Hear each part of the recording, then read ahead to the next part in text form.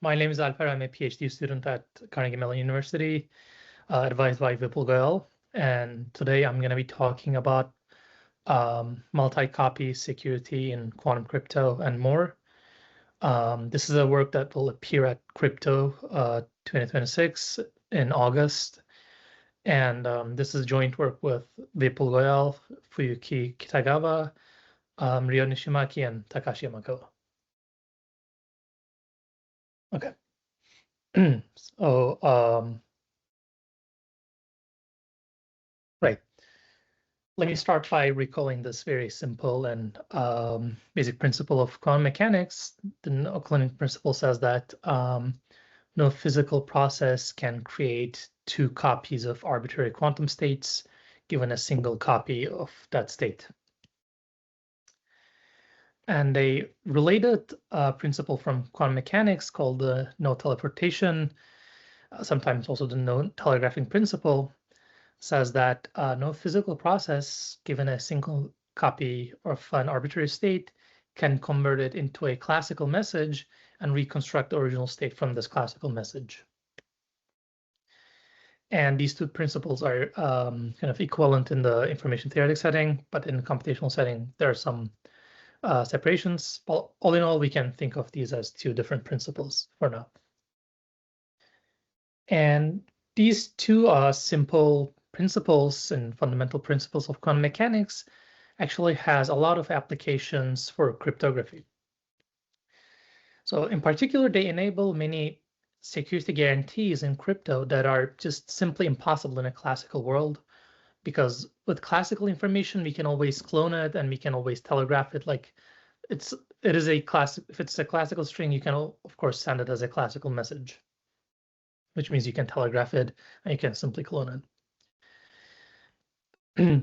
So in particular, the no cloning principle has led to many applications, starting with the very first work of Wiesner, who started the area of quantum crypto, who considered the notion of quantum money, which considers states that are unclonable, but also verifiable, so they can serve as a proof of value, for example, if it's issued by some kind of a bank.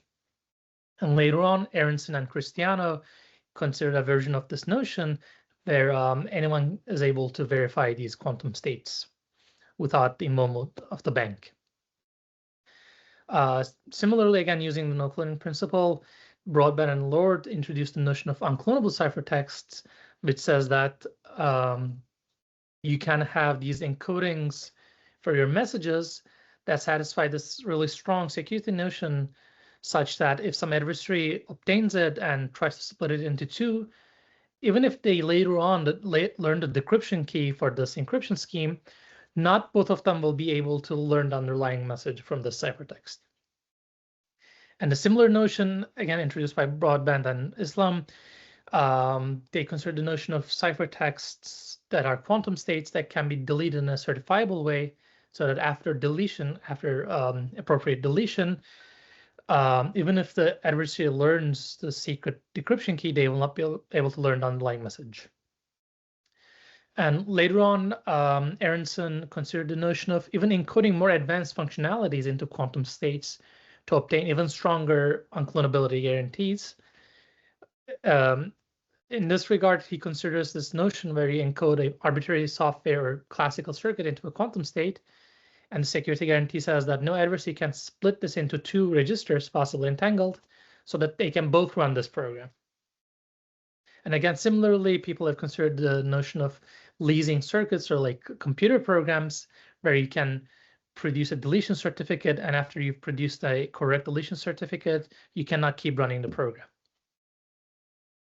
And using the no telegraphing principle, various works have considered this notion called unbounded leakage resilience, where you encode your cryptographic key into a quantum state such that an adversary who obtains any amount of classical site information on your encoding cannot break the security of your cryptographic scheme. But that, similar to the previous primitives, this is impossible with classical strings, because with a classical crypto system, you can just leak the whole key. And again, similarly, people have considered unbounded leakage resilience for ciphertext, secret sharing, and so on. So these two principles have many applications in crypto. And to talk about these security guarantees more concretely, I will talk about the security game for so-called copy protection notion.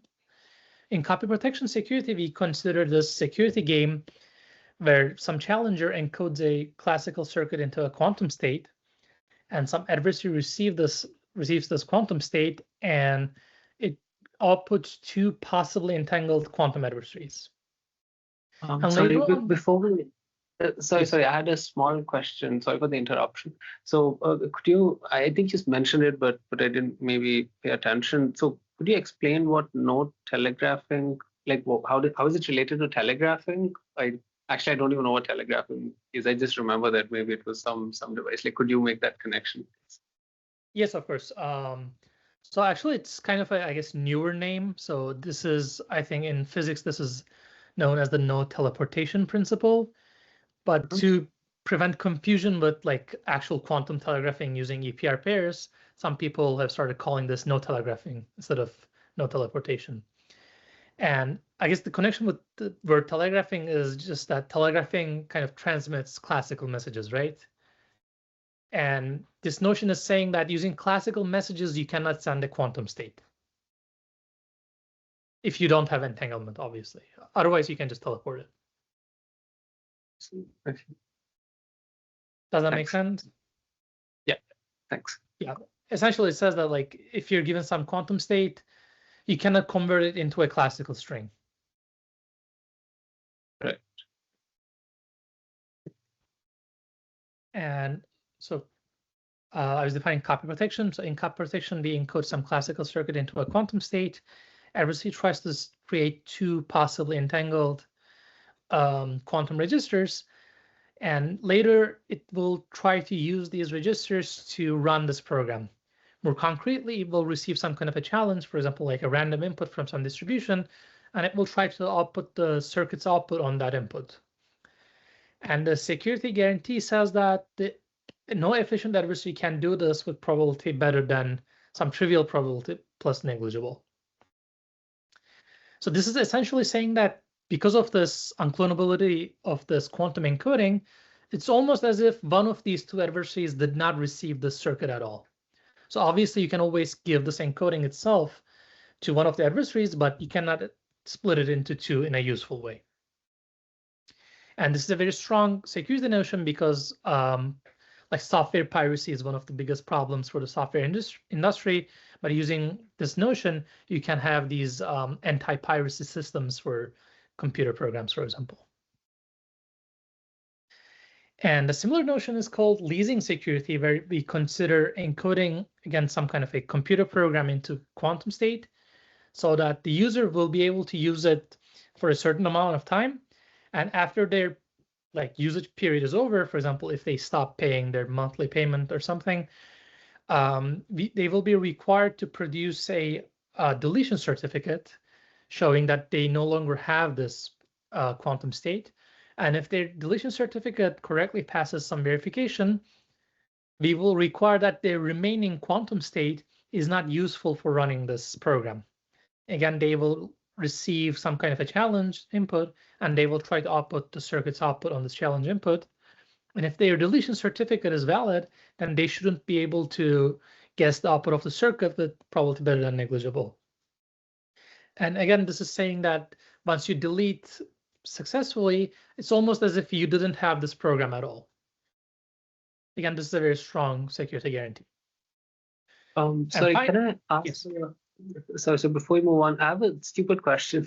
So this is just to understand how it would apply. So if somebody, say, leased the software to someone and they refuse to produce the deletion certificate, then we're in a bind, right? Like we cannot handle that in this sort of a setup, right?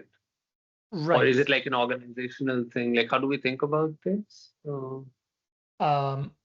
I guess that at that point it would be essentially stealing. So you would, I guess, apply to non-crypto solutions like suing them or like reporting them and so on. I see. Is there like some kind of a solution where the number of users is like there's some way it automatically increments and stops working after a certain number of users? Is that formally defined somewhere, or does that make sense?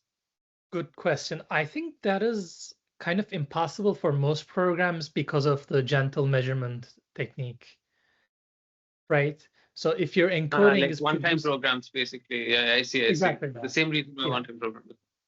Yeah, because here I'm just considering like deterministic output programs, like for each Right. x, c of x as a determined output, and this encoding should give you that output with overwhelming probability. Right. So you can always rewind it. Able to undo. Yeah, but people have considered the notion that you're mentioning for randomized functionalities, in which case it kind of becomes possible.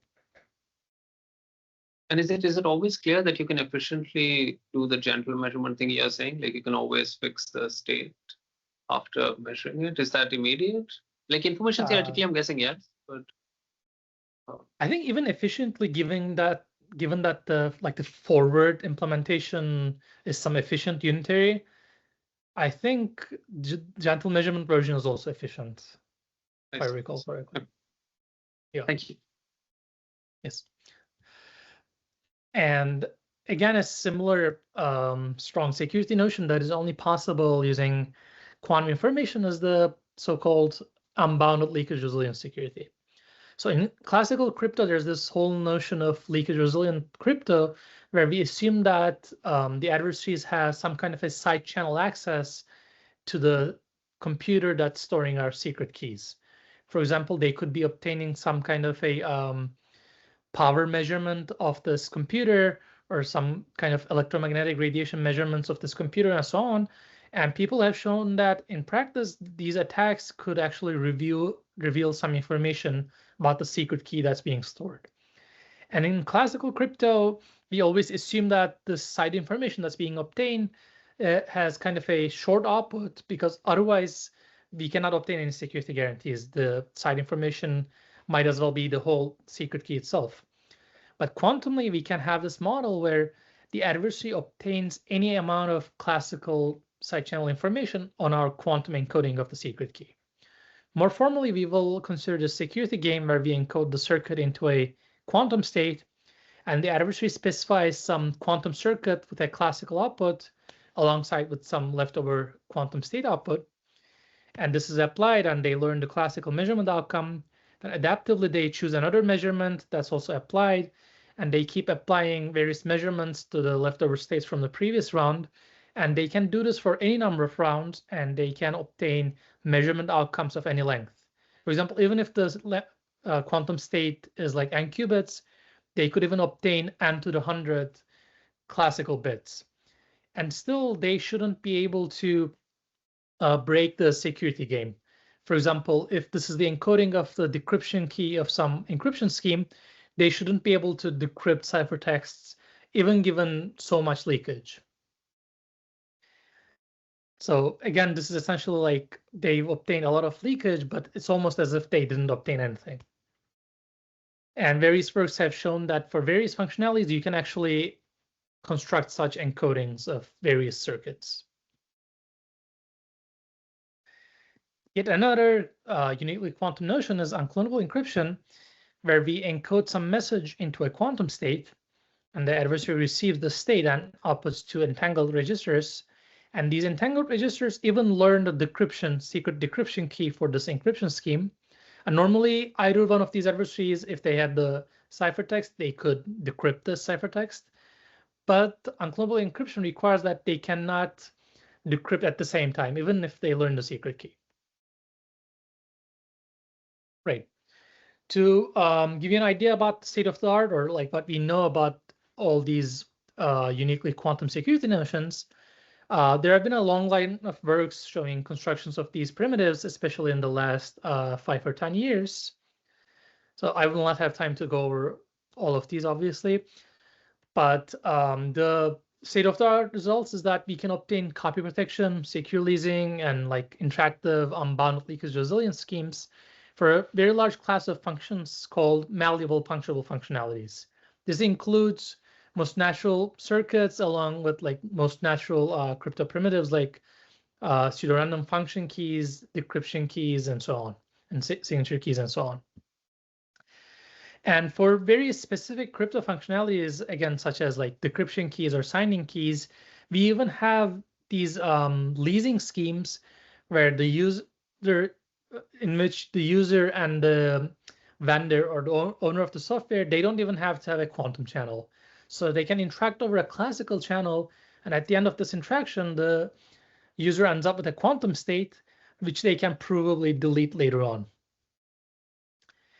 And finally, for unclonable encryption, we have it unconditionally in the quantum random oracle model. And more recently, we have it unconditionally, like even without an oracle model, for a one-time security notion. And also let me mention that for copy protection for punctual functionalities, there's also a concurrent work by Anand et al. That also shows a similar result for a large class of functionalities. So so far I've been talking about these various security guarantees, but if you consider these security games, we always considered a single adversary that obtains a single key. For example, in the leakage resilience game, the adversary receives a single quantum state encoding and sort of receives leakage on a single key. And similarly for copy protection, the adversary receives a single quantum state and tries to create two adversaries. But right. In reality, this is a very unrealistic assumption. For example, if you think about all these applications that I mentioned, for example, think about the application of anti-piracy security. In reality, millions of copies of the program that you're copy protecting is being sold. So there will be millions of copies of this program in circulation, and adversary can buy multiple copies of it, or even if you somehow restrict any person from buying more than one copy, different people can collaborate to try to break the security of your anti-piracy scheme. And for leakage resilience, again, in most applications, it makes sense to store multiple keys or multiple copies of the same key in different computers, and the adversary can plausibly learn leakage on all of these copies independently. And again, for unclonable encryption, when we store some encrypted data, even for classical encryption, it makes sense to, or it's common in practice to store it in multiple systems for reliability. And this is more important in the case of quantum states because of the coherence issues. So in reality, in all of these applications, there will be multiple quantum states encoding the same information, and the adversary will plausibly learn information about all of these and try to break the security using this information. Sorry, I have a very dumb question. So I thought that since we are sampling the keys independently, it's enough to do the analysis for one key. Could you say a bit why that fails? Because even in classical crypto, right, like when you're doing regular things, right, like you show security for one instance, right, and then you say because they're independently sampled, even if I have multiple instances, it should be okay. So what changes here crucially that requires us to consider the multi-instance setting? Right. Good question. So if you look at the quantum states that are being used in some of the constructions, they have this structure that makes them even clonable if you give two copies. And if you use completely independent states for the two copies, then you kind of lose correctness. For example, just to give you a high-level idea, for example, for copy-protected programs or decryption keys, one of the well-known constructions just uses a subspace state or a coset state as its quantum state, right? And if you give two copies of the state, they can measure one copy in the computational basis and one copy in the QFT basis to kind of obtain a vector in the primal subspace and in the dual subspace. And if you look at the constructions, like all you need to run the circuit or run decryption is to have a vector in the primal and I have a vector in the dual subspace. Right, so they have this structure where to run the program, you essentially need to produce some vector in the primal and you get one share of the output, and then you produce a vector in the dual, then you get the second share of the output. So in this case, like if you give 2 copies, then just by measuring, they get this classical information that lets them bypass the security.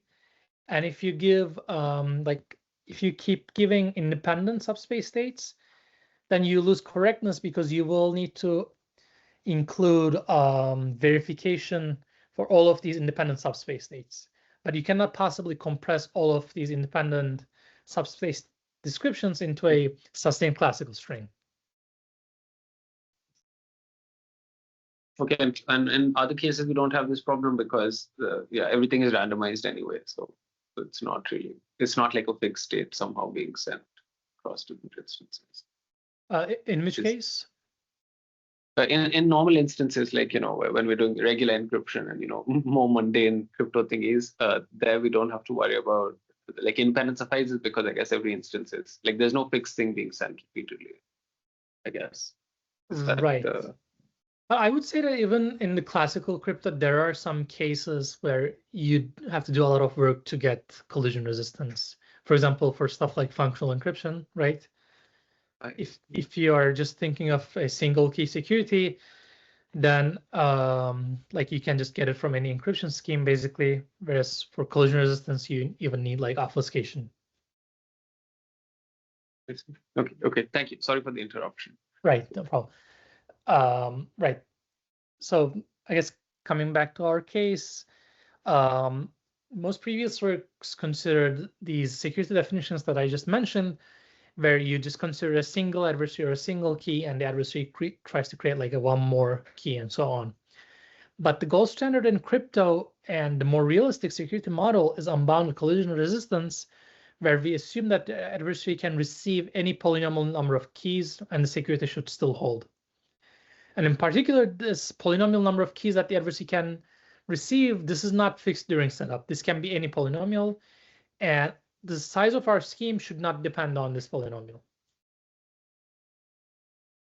And unfortunately, most existing works that consider like copy protection, unbounded leakage resilience, secure leasing, and so on, they're easily broken even using 2 keys. Just like the example that I was giving before, for example, if you use the same subspace state twice, you essentially learn all the information that you need to break the scheme. And there are a couple of works that do consider collision resistance. In particular, my previous work with Vipul Goel, we consider unbound collision-resistant copy protection specifically for public key encryption, decryption keys, and signing keys. And more recently, Kitagawa, Nishimaki, and Papu, they consider unbound collision resistance secure leasing for public key encryption, decryption keys. But I will later mention on some unsatisfying situation, even with the existing works that do consider collision resistance. But before that, let me formally define what we consider for collision resistance. I will specifically talk about copy protection for now, but secure leasing and leakage resilience are defined similarly.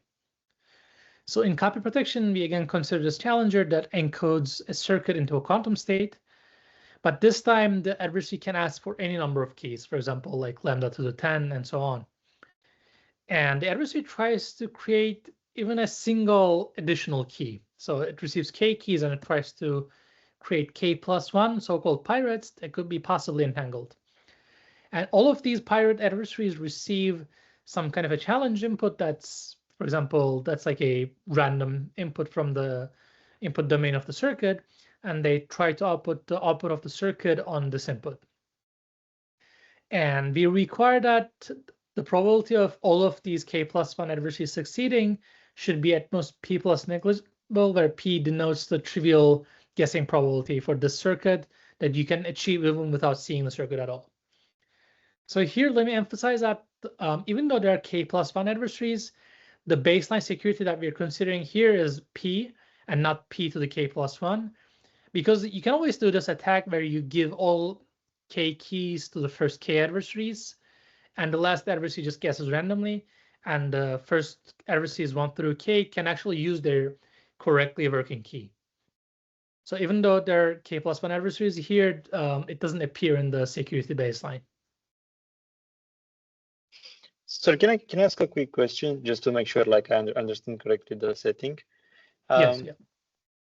So basically, is it like analog? So for instance, like in quantum mining, can I say that there I would receive like, let's say, k copies of quantum mining state, and I must do output like k plus one, right? But in that case, it's like we know how to like always reduce it to like the mini scheme in which we just have like one state and we need to output like two.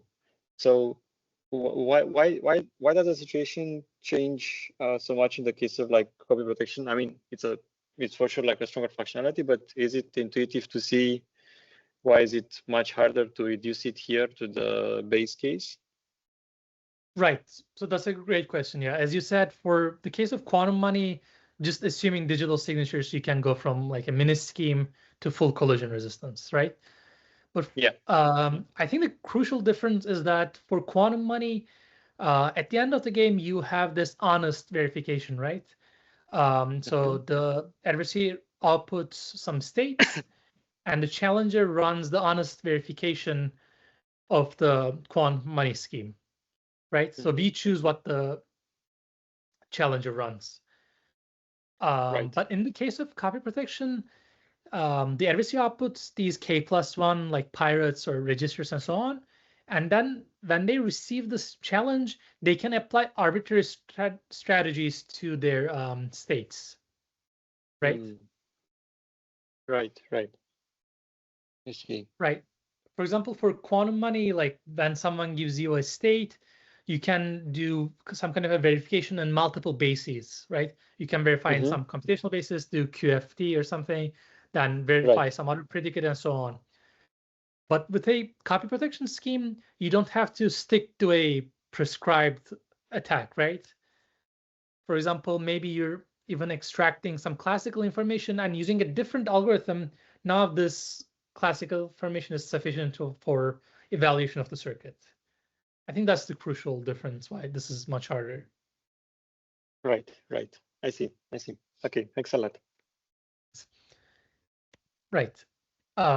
So let me mention a couple of issues about the state of the art in terms of what we know so far for collision resistance. So as I mentioned, there are some works that do consider collision resistance, but they have very specifically tailored like ad hoc approaches. And the issues that like obtaining or proving quantum copy protection, secure leasing, and so on is very hard even in the single key setting. And separately, even in classical crypto, for some applications like functional encryption and so on, achieving collision resistance is hard. And when you look at these existing works that do deal with collision resistance for copy protection, they actually have to reinvent techniques from both the classical collision resistance setting and from the single key quantum copy protection setting. So they're redoing a lot of the hard work. For example, my previous paper where we achieved collision resistant copy protection for PKE is like 125 pages. And separately, even if we are okay with like redoing a lot of the work, there are still many open questions that have not been solved even through hard work. For example, we don't have collision resistant copy protection schemes or secure leasing schemes with classical communication. See, in all existing schemes, either your security is broken as soon as the adversary receives two keys, or you have to have quantum channels between the software vendors and the users, which is kind of unrealistic at this point. And for unbounded leakage resilience, again, only known constructions satisfy security in the case where the adversary only receives leakage on a single copy of the key. But again, this is very unrealistic because it's common to store the same key multiple times. For example, this could be like a decryption key for the encryption scheme of some company, and multiple people could be authorized to decrypt messages sent to this company, and all their computers will have this key. And if the adversary obtains leakage on even two computers, then we will have no security with existing constructions. And similarly for unclonable encryption, we don't have any collision-resistant schemes. So they're broken even with two copies of the ciphertext and so on. So there are many open questions in the collision-resistant setting.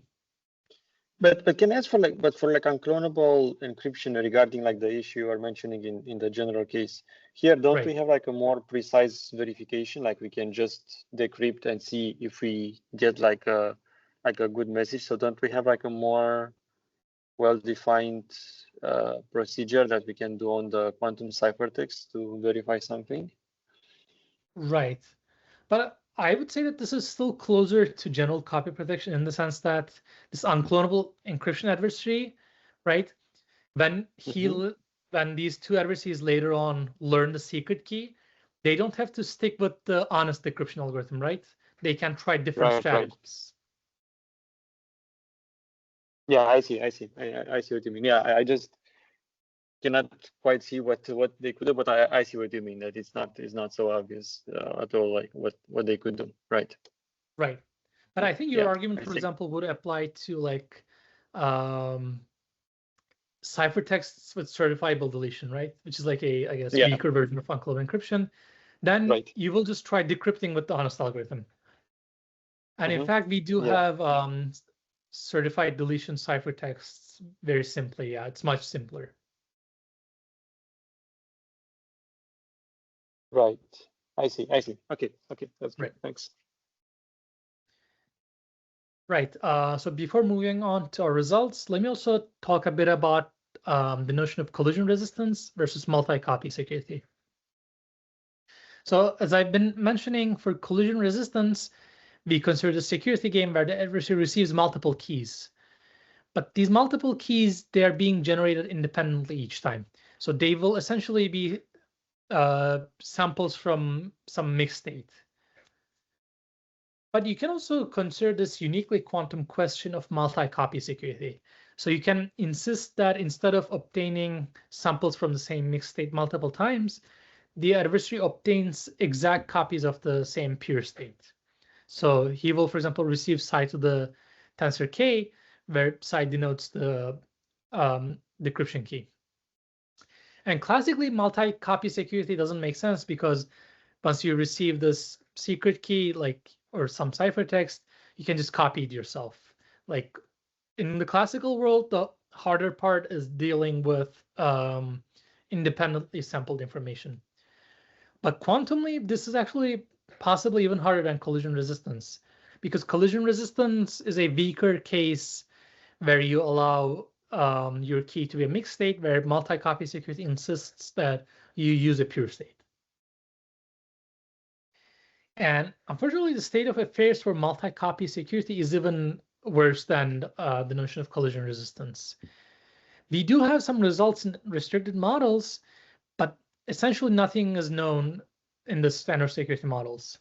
And even for very simple questions, like as we were talking about it before, for quantum money, achieving collusion-resistant security is very easy.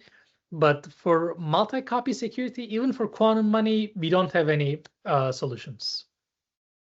And this has been open since at least 2012. But let me mention that for private key quantum money, we have a very simple solution where you can just use a pseudo-random state.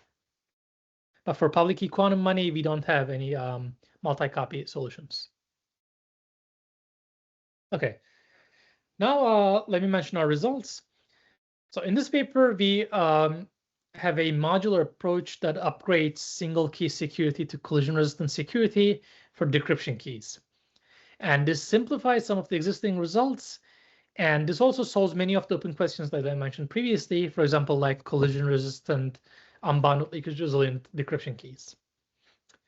And then we show a multi-copy compiler where we have this modular approach that upgrades collusion resistant schemes to multi-copy security. So if you combine two of our compilers, you essentially get this result where you can go from a single key security all the way to the multi-copy security in a very modular way. And separately, we have a toolset of generic compilers and technical lemmas for dealing with collusion resistance and multi-copy security in a quantum world. And this allows us to prevent reinventing the techniques from both single key quantum primitives, which are kind of hard, and separately also classical collusion resistant crypto, which was an issue with some of the existing works where they had to redo all of this work from both the quantum case and the classical case. Okay, so in more detail, I will talk about our compilers. So our first compiler is a collision resistance compiler for protecting decryption keys. So for this result, we assume the existence of functional encryption for classical circuits, and we give this generic compiler that achieves collision resistant X for some X that I will define later from the single key secure, where X can be copy protection scheme or a key leasing scheme or an unbounded leakage resilience scheme.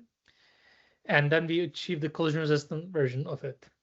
For example, if you start with a copy protected decryption key for a PKE scheme, using our compiler, you end up with a collision resistant copy protection scheme for decryption keys. And similarly for key leasing and leakage resilience. And more importantly, yes. So for the interruption, so what kind of assumptions are needed for this functional encryption of classical circuits? Is it fairly mild? Is public key assumptions are enough for building functional encryption of classical circuits, or do we need stronger assumptions? Right, that's a good question. So for general functional encryption, we need indistinguishability obfuscation. So unfortunately, there are not any good post-quantum indistinguishability obfuscation candidates at this point. But I think there's a lot of people working on it, so we might have a candidate in the future. And specifically for a slightly restricted model where we assume a upper bound on the number of adversaries, like the so-called bounded collision model, in that case, any public key encryption scheme can be converted into a functional encryption scheme. So just like public key assumptions would be sufficient. I see. Okay, thank you. And so an important feature of our compiler is that it's quantum key preserving, in the sense that the compiled scheme has the quantum part of the keys of the compiled scheme are actually the same as the quantum parts of the underlying scheme. And this means that, for example, if your underlying scheme, like for example your key leasing scheme, has a classical sending algorithm where the user can receive the quantum key over an interactive classical protocol, then our resulting scheme will also have the same property. And similarly, our compiler preserves properties such as publicly verifiable deletion and so on. Okay, so after our collision-resistant compiler, we also show this purification compiler. So for this, we only assume one-way functions, and we show how to compile any quantum state game that involves multiple samples from a classically defined mixed state into a game where we instead use a purified state, and we show that this particular purification that we use in our compiler preserves the security of the underlying game. And this notion of quantum state game that I will define formally later on captures many applications like copy protection, secure leasing, unbounded leakage resilience, unclonable encryption, and so on. And let me mention that concurrent to our work, Anantha and Golden also show a similar result. So their purification compiler applies to a slightly more general class of mixed states, but their compiler is more complicated to define and analyze, whereas our compiler is conceptually simpler. Okay, so let me also mention some of the technical results that we show in this work. So for copy protection, we show that collision-resistant independent challenge security implies collision-resistant identical security in the case of search games. So what do I mean by this? So if you recall the notion of copy protection security that I defined, we consider this adversary that outputs k+1 adversaries, and all of these k+1 adversaries receive some kind of a challenge input from the challenger.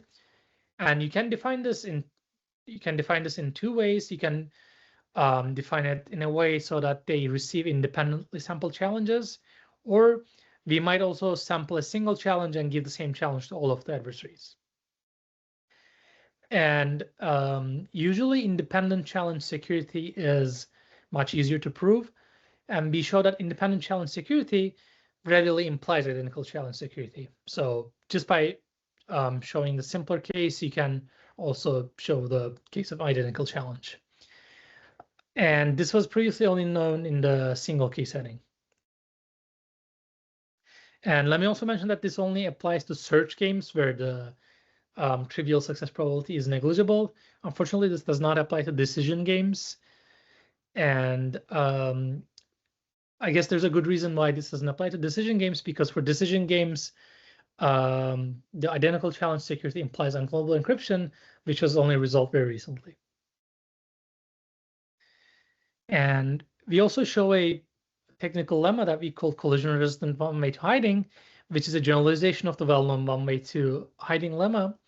So this essentially says that if you have multiple, for example, like some q plus 1 or q possibly entangled adversaries where q can be any polynomial, if they're simultaneously distinguishing between some oracle and its reprogrammed version, which differs from the original oracle on some regions, then you can simultaneously extract differing inputs from two of these adversaries such that their extracted differing inputs lie in the same differing region.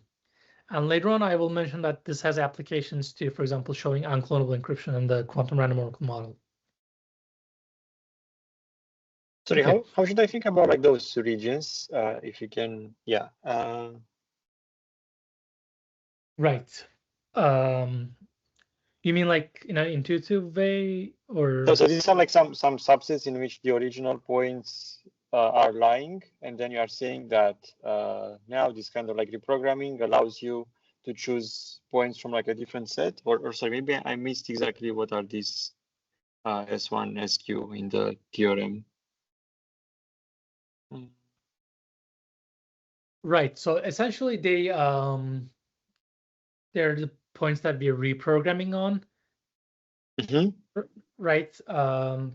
And we're trying to extract differing points, but also we're trying to extract differing points from one of the same regions so that I can... I see. Yeah. I guess okay, just yeah, to... Okay. Yeah, just to look ahead, for example, this will be useful when you're showing unclonable encryption. So let's say that the adversary obtains some number of independent BB84 states, and eventually you want to extract the encoded random string for the same BB84 state. Right. Okay, okay, that makes sense. Yeah.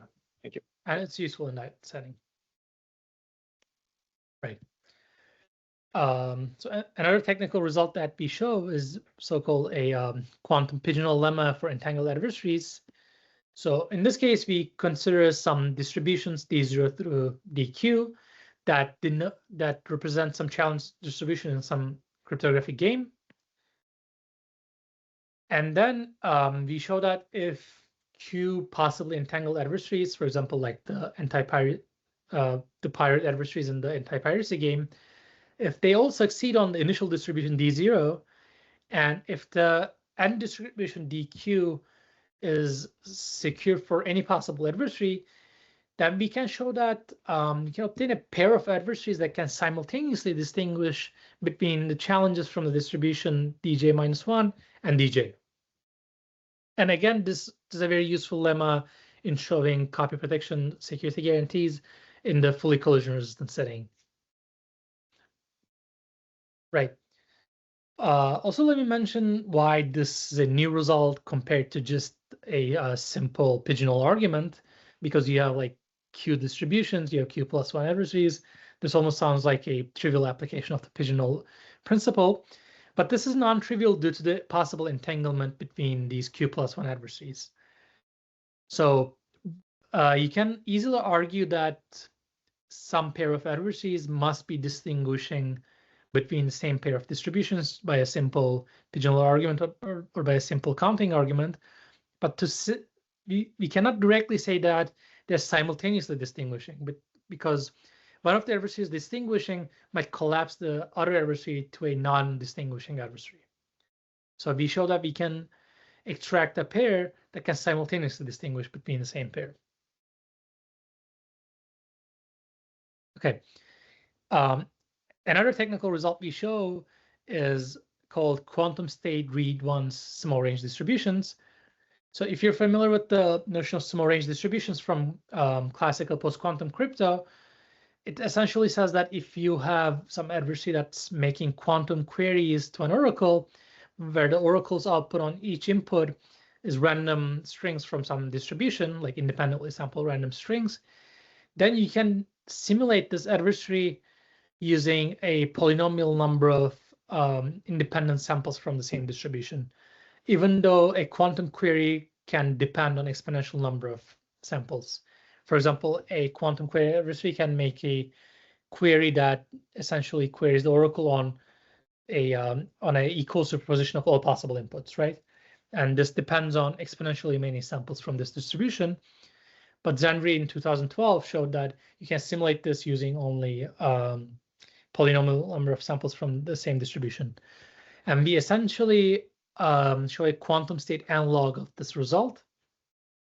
So more formally, we consider some adversary that queries and obtains superpositions of independently sampled quantum states from some distribution of quantum states.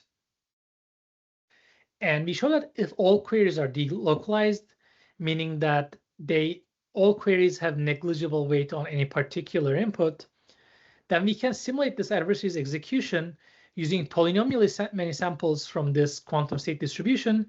And more importantly, we simulated using this state whose support consists only of single copies of each sample. And this will allow us to prove security properties when the adversary, for example, obtains a superposition of quantum money banknotes, right? For example, some adversary could be obtaining equal weight superposition of all possible banknotes when we're trying to purify a quantum money scheme.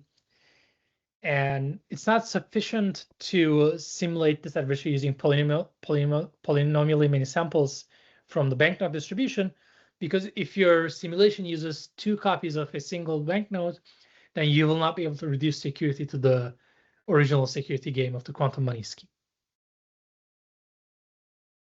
Right. As I will mention later on, we can use this lemma to construct quantum coins, which is pure state quantum money.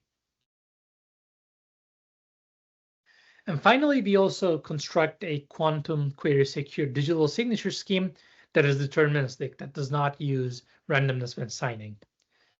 And this is important, especially when you're signing messages in superposition. For example, if you're signing serial numbers of a superposition of quantum money banknotes, if you use the previous constructions of digital signature schemes, for their security, they rely on having independent randomness each time you're signing, which means that the banknotes that you're giving out will be mixed states. But we construct a digital signature scheme that is deterministic so that you can have pure state outputs. Right. Okay, finally, let me mention some corollaries of our compilers and technical lemmas. So as I mentioned before, our tool set of technical lemmas and compilers gives a much simpler construction and proof for some of the known results, such as collusion-resistant copy protection for PK decryption keys. And more importantly, our results solve many open questions in this area. For example, we construct quantum coins, which is like public key quantum money with identical banknotes for the first time. We construct for the first time collusion-resistant and multi-copy indistinguishable secure unclonable encryption in the quantum random oracle model. We construct collusion-resistant and multi-copy secure unclonable encryption in the plain model, assuming obfuscation, but this is only with search security. We construct collusion-resistant classical vendor copy protection and secure leasing schemes for PK decryption keys. And we construct collusion-resistant, unbounded leakage-resilient PK decryption keys and many other open results.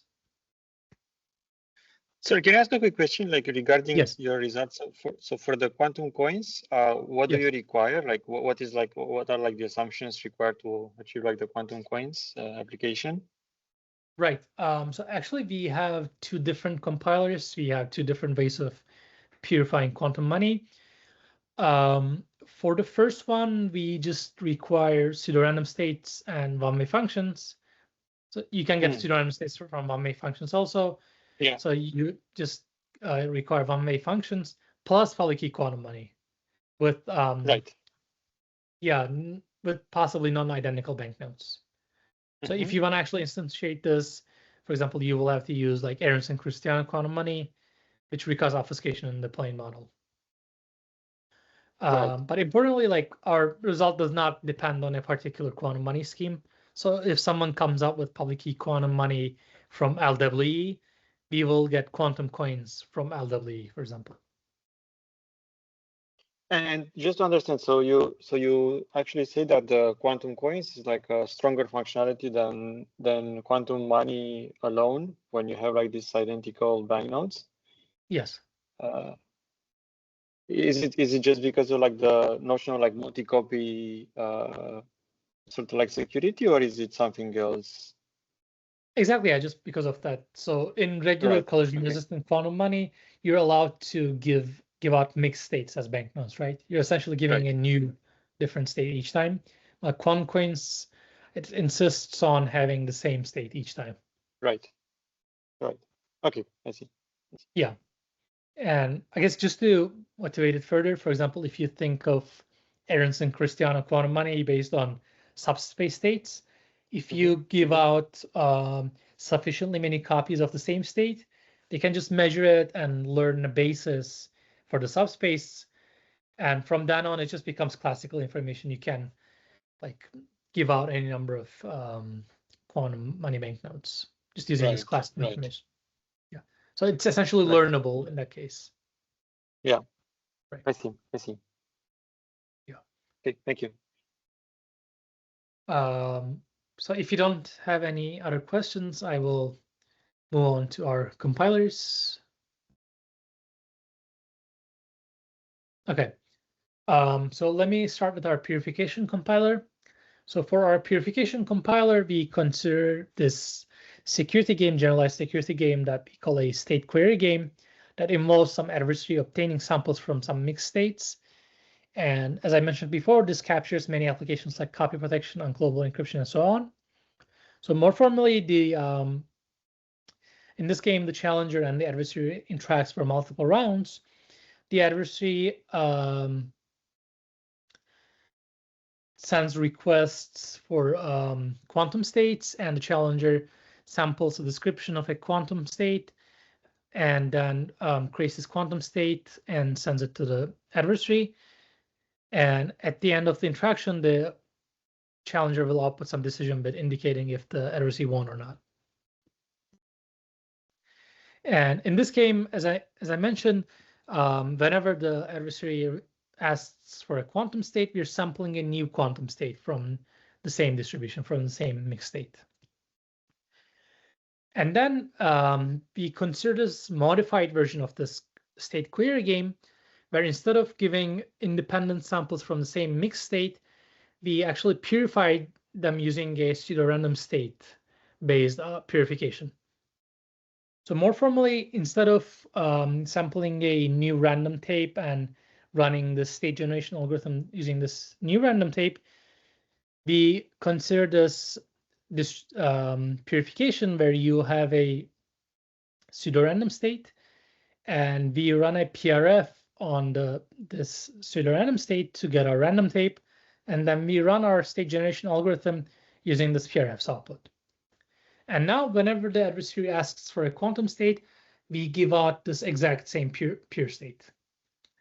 And we show that assuming the security of the PRF and the pseudorandom state, the winning probability of the adversary in these two games is negligibly close, which means that if you had some kind of a security in the original game, like for example, like copy protection security, then you will also have security in this purified game. Right. And let me give you some intuition as to why this works in terms of purifying these security games. So in the proof, we consider type states, which is essentially, this is parameterized by some parameter t and some strings x1 through xt. And the type state is defined as a superposition over all possible permutations. And we give out the permuted version of this tuple of strings x1 through xt. And previous results by Harrow and Ananth et al., they showed that for random x tuples for random choice of x1 through xt, this state is statistically close to t copies of a Hall random state. And we also know that pseudorandom states are computationally close to Hall random states. And most importantly, this type state, if you look at the structure, is essentially a permuted superposition of random strings, which means that in the state game, we can simulate the pure superposition that we use in the purified game by just creating a permuted superposition of the t-independent mixed state samples that we would have obtained in the original non-purified game. So this will allow us to reduce the security of the purified game to the original mixed state game, assuming the security of the PRS. Okay, and let me also mention a bit about our collusion-resistant compiler for decryption keys. So in this case, we start with some quantum protected PK scheme, which is just some PK scheme with a classical public key and quantum decryption keys. For example, this could be a copy protected PK scheme with single key security. This could be a unbounded leakage resilient PK scheme and so on. And then we will use functional encryption for classical circuits to handle collision resistance.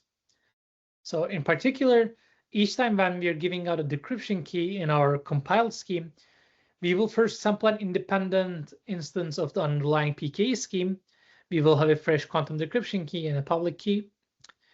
And in the compiled scheme, instead of encrypting our messages for any of the individual quantum protected PK schemes, we will just use the functional encryption public key to encrypt it under that public key. And when we're giving out our decryption keys, we will also give out FE decryption keys that essentially re-encrypt the underlying message under this freshly sampled public key for the underlying PK scheme. So more concretely, we will have this scheme, let's denote it as 1, that satisfies some kind of a single key security, such as copy protection or leakage resilience. And we assume the existence of PRFs and public key functional encryption. And during our setup, our new public key is just the public key of the FE scheme. And whenever we're generating a new key, we will create a functional encryption decryption key for this function that just re-encrypts under the public key of this single key scheme. We will also have 2 more kind of a hidden mode in our functional decryption key, but this is only used in the security proof. And then as our final decryption key, we give out the individual quantum decryption key plus the functional decryption key for this function. And when we're encrypting, as I mentioned, we just encrypt under the public key of this FE scheme. And when we're decrypting, we will first run the FE decryption key to obtain the decryption, which is essentially a ciphertext under the one-time or one-key copy protected or leakage resilient quantum scheme. And then we decrypt using the secret key of this quantum secret key scheme. And just to give you an encryption, so just to give you an intuition, we will show that to decrypt the ciphertext, the adversary must go through re-encryption of the message under one of the individual quantum protected PK schemes that we know to be single key secure. And in the proof, we will use the hidden modes of this circuit that I have shown before to actually prove this formally and detect which single key scheme that the adversary is actually using to succeed in the decryption game. And since we have Q individual instances of the quantum key PKA scheme, but Q+1 adversaries, we will be able to conclude that 2 of the adversaries must be using re-encryptions under the same key by a counting argument. But again, due to the possible entanglement between multiple adversaries, you'll have to use this strengthened version that I mentioned before, which is a simultaneous distinguishing finding lemma for entangled adversaries. And finally, we will be able to simulate the other keys in our reduction to finally get a adversary for the single key scheme 1. And then we will be able to reduce the security, like copy protection or leakage resilience, of the compiled scheme to the individual scheme. And finally, let me talk a bit about our collusion-resistant unclonable encryption. So first, let me start by defining what security notion we're looking for from a collusion-resistant unclonable encryption scheme. So in the security game, the adversary will send Q pairs of messages, and the challenger will flip a random coin, and it will generate encryptions of messages, either 0 or 1, from each pair. And at the end, the adversary receives Q unclonable ciphertexts. Then it creates Q+1 possibly entangled adversaries, and these adversaries later on learn the decryption key of the scheme. And we require that the probability of all of them successfully guessing this random challenge bit is at most 1/2 plus negligible.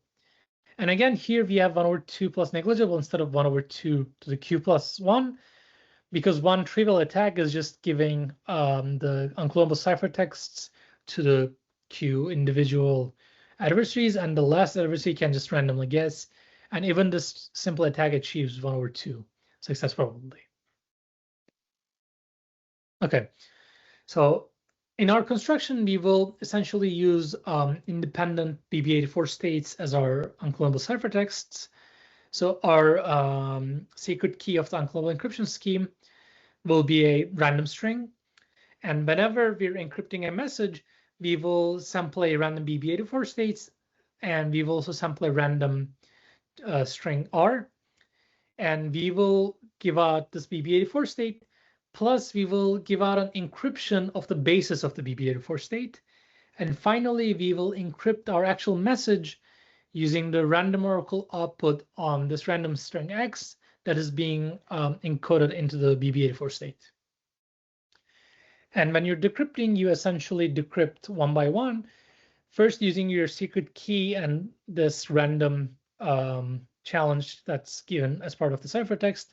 You first learn the basis, and using the basis, you decrypt the BB84 state to learn this random string X. And finally, when you learn the random string X, you can actually create a random oracle to decrypt this final one-time pad encryption of the message M. And to give you an intuition as to why this scheme satisfies collusion-resistant security, so notice that we're giving out encryptions of the basis, and previous works have shown that such encryptions that use BB84 states along with an encryption of their basis, they essentially make the encoded string X unpredictable to all but one adversary.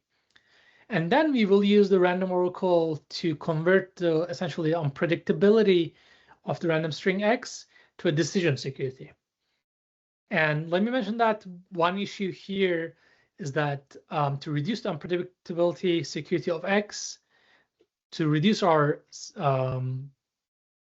scheme security to the unpredictability security of X, we will need to extract these random X values simultaneously from Q+1 possibly entangled adversaries. And again, even though Q+1 adversaries are simultaneously successful, as soon as you extract an X value from one of the adversaries, the others could stop working. But using our new collision-resistant one-fade to hiding lemma, we're able to show that we can simultaneously extract from all the entangled adversaries. Right. So I refer you to the paper for the details of the technical proof, but we essentially rely on the collision-resistant one-fade to hiding lemma that we show in this paper. And let me also conclude with a couple of open questions. So in this work, we show how to compile decryption keys from single key security to collision-resistant setting, and then to the multi-copy setting. But we can also ask the same question for other functionalities, such as like pseudorandom function keys and so on. And in this setting, there are many open questions regarding the collision-resistant security. So can we achieve similar general compilers for other functionalities? And another question is that for our purification compiler, we are assuming pseudorandom functions, but can we achieve purification compilers from weaker assumptions? For example, can we achieve it just from pseudorandom states? And that concludes my talk. I can answer any questions.